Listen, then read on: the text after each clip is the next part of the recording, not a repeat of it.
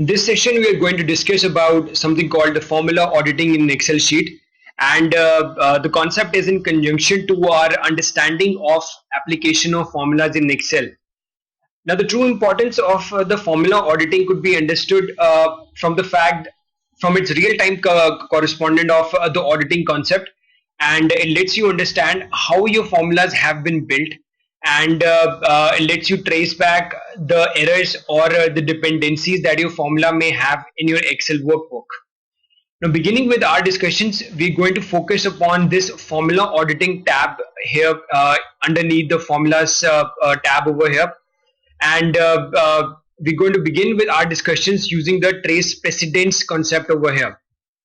Now, let's create up a simple formula which adds up our sales for mouse in different cities across India.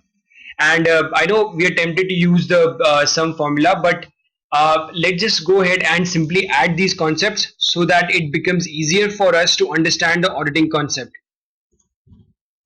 Now, in this cell, I have simply added the sales of mouse across 4 different cities in India and pressed enter. Now, my next task is, say I create up this worksheet and one of my colleagues now want to see on what are the cells on which my formula has been based upon. Now, one way is to go on to the formulas tab over here and see the individual cells on which it has been made. But let's just go ahead and see the graphical way of seeing this. If you click on this trace precedents thing over here, now clicking on this button would directly point out to that these 4 lines, the origin of these 4 lines are the source of the addition that is performed in this formula over here. Now this is very handy because I don't need to go to my formula bar and look into and search the corresponding cells on which my formula is based upon. I can simply click on this button and see the different cells on which my formula is based upon. And if I want to remove these arrows, simply need to click on these remove arrows over here. Now, what if I wanted to add up my sales of mouse and keyboard across 4 different cities in India? Now, as always, I would go on to the individual cells over here and add them up. And if you want to add the sales of mouse also, I can simply go ahead and press the plus button and add this value, because this already calculates the sales of mouse across 4 different cities in India. Pressing enter would give me the total sales of mouse and keyboard, but the magic here lies in clicking this trace dependence button now.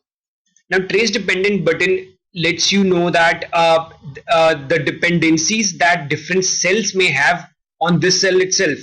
Now, you know that this cell was the contents of this cells were made by adding up these 4 cells plus this itself. Now, when I pressed onto the trace dependence button over here, it told me that what are the dependent cells in Excel sheet on this cell. Now, you know that this cell was made out of this, so pressing the dependence button on this cell indicated that this cell is dependent on this cell itself. Now, if I want to remove these arrows, as always, I can press the remove arrows button over here, and understanding these 2 concepts in conjunction, let's press both the precedents and the dependence button over here.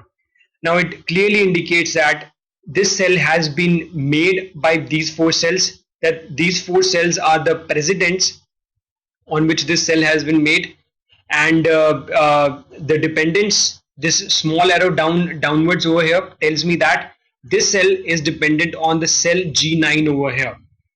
So this is all about the trace precedents and dependence in an Excel formula in Excel workbook. Thank you for watching.